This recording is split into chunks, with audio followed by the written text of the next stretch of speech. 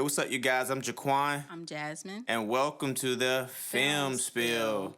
So today, guys, we're going to be reviewing the movie Venom, Let There Be Carnage. This is an action sci-fi movie, and here's a summary. Eddie Brock is still struggling to coexist with the shape-shifting extraterrestrial Venom when deranged serial killer Cletus Cassidy also becomes host to an alien symbiote.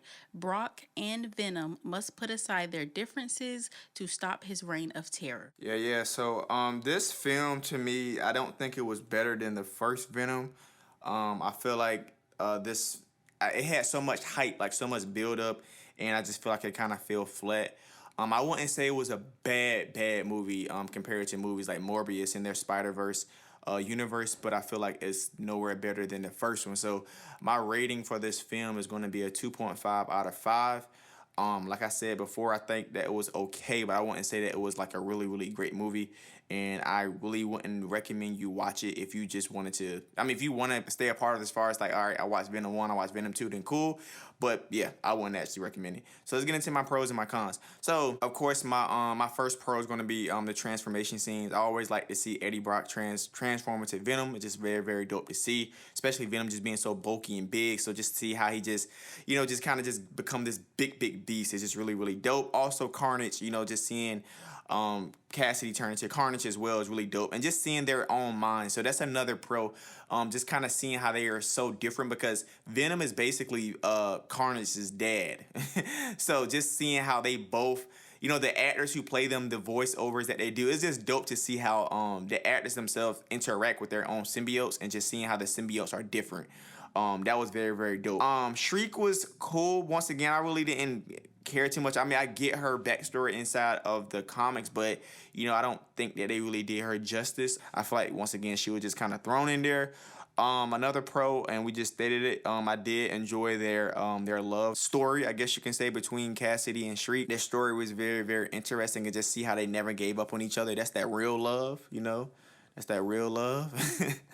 So you gotta definitely give thumbs up for that. They never forgot about each other. That was an amazing thing to see. I love how they paid homage to Ravencroft, which is a very big Easter egg to the Spider-Man comics and the actual facility that they utilize in those comics. So that was really dope to see. Of course, I love their fight scenes. Once again, just like the transformation, just seeing those symbiotes go at it against each other. I enjoyed it. I enjoy watching those scenes. Let's get into my con. So my very first con is going to be, which we just stated. I didn't like how they really didn't explain how Mulligan got his powers. I know in the comics he has the same powers. I don't know the name of his symbiote in the comics, but I know he ends up becoming one of them as well. So I feel like they could have explained that a little bit more. They different to just show his eyes turn blue. So me, I want all the details laid out. They didn't do that. Probably the biggest con, the reason why I gave this film a 2.5 is just kind of how they built the film up. They built it up to be this really big, crazy event, and I feel like they just kind of fell short. The biggest thing was how Carnage was killed. So in the comics, Carnage is like this, freaking triple OG character, right? He's very strong. It takes Venom and Spider-Man having to team up to beat this person up.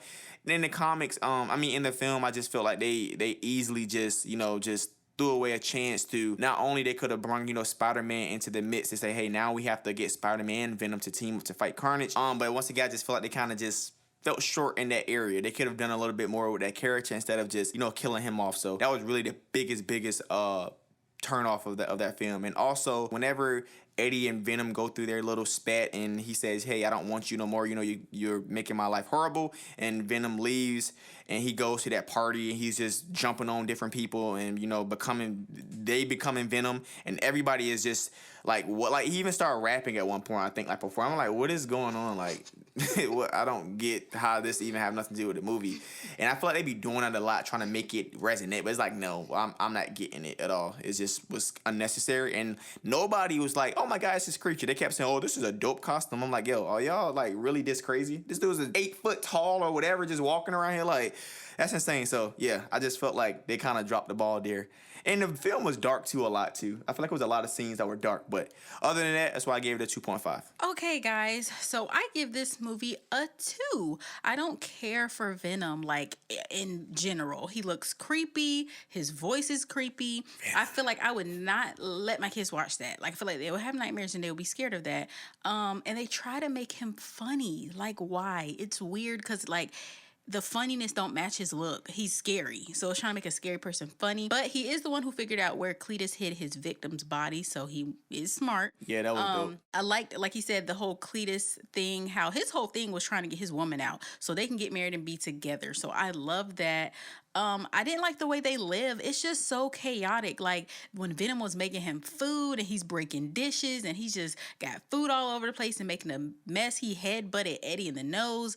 It seems very stressful. Like if you had to live with Venom, it seems like super stressful. I didn't like how Eddie's ex contacted him to tell him that she's engaged to somebody else. You about to take me out to dinner or lunch and tell me, oh, I'm with somebody else? Like, what? Yeah, we don't have kids together. Like we ain't co-parenting. What you doing that for? I don't like that. So the way Cletus got it was because he bit Eddie's hand and ingested a small part of the symbiote. That's how Carnage got inside of him. My question is, did he know that was going to happen? Or is he just like super crazy? Like he just bit his hand just to bite it? That or was he dumb knew too. that he was going to turn into something? No, he didn't know, which is crazy too. Yeah, he just bit him. And what's crazy too, I didn't mention also, and you know me, I always like the accuracy. That's not how he turned into Carnage in the comics. I think somehow Eddie Brock was in jail with him. They both was inside the same cell, and I think he injects Eddie's blood in him or something like that. Crazy. So he's just crazy. Yeah, he's okay. That's crazy. Weird. When I think it was crazy when Venom and Eddie were arguing because Venom wanted to have more freedom to eat criminals, so he decides to leave Eddie's body and go off on his own. Of course, at the end they realize they need each other, but that was just weird. Like he said, when he was going through San Francisco and hopping from body to body, that was super creepy, especially when he was in Miss Chin and his ex was talking to her like, please Venom, please come out, like help him, he needs you. That was weird. She was so creepy looking. Yeah. I didn't like that at all. When Carnage was going through the prison, it was crazy. My thing is, why are they still shooting at him when they see the bullets aren't working? He was opening like his body up. The bullets was going right through him. And we always say that in movies. You're shooting your gun at this monster and it's doing nothing to him. And he's coming towards you and you're still shooting. You're not trying to run. You're not trying to do something different. You're just, that don't make sense. Let's keep shooting at him. Yeah, that was weird. And then he was sticking his tongue down their throats. I just think that was just so gross. Yeah. This dude was crazy. It was funny when Venom was scared of Carnage, talking about, oh no, that's a red one. Like, I'm not trying to fight him. And he's like, please, I'll let you eat all the criminals you want. Please. He's like, for real? So it was weird. Like, he was scared of him, even though he said he's technically his dad or something. Yeah. But he was like, no, that's a red one. Like, I'm not trying to fight that. I was asking him too, like, because Venom ate Carnage, will something happen to him? Like, will he be more powerful or something since Carnage was more powerful than him? But I don't know. I guess we'll have to see. What happens in the third one? Also, Officer Mulligan's eyes, like he said, they turned blue, and that meant that a symbiote has been put inside of him somehow, but we don't know. And I had just looked it up. His symbiote name is Toxin. Toxin, yeah. And then at the end, Venom is telling Eddie about the symbiote's knowledge of other universes, and of course, that's when it cuts to whatever. And I really want to know more about that before they was transported, though. But I want to know more about their knowledge and stuff. But because they have so much like history. But I don't care for Venom movies, so I gave it a 2. There were some good parts in there for sure, but I just don't like Venom in general. But I would still recommend it. It's just I don't care for Venom. Yeah, the biggest thing with Venom with me now, I hope that they end up introducing Null, who I told you is basically like the father of all the symbiotes. That's kind of where the symbiotes are created from. And he's basically like the Thanos character from the symbiote standpoint. So if they end up going in that direction, I will be more anticipated to watch the final film or whatever they do in that franchise. But if they kind of end up just doing more of what they just did with Carnage, then I probably wouldn't really care to watch it and wouldn't recommend it. So just like always, make sure you guys like, subscribe, and comment. You guys have a good one.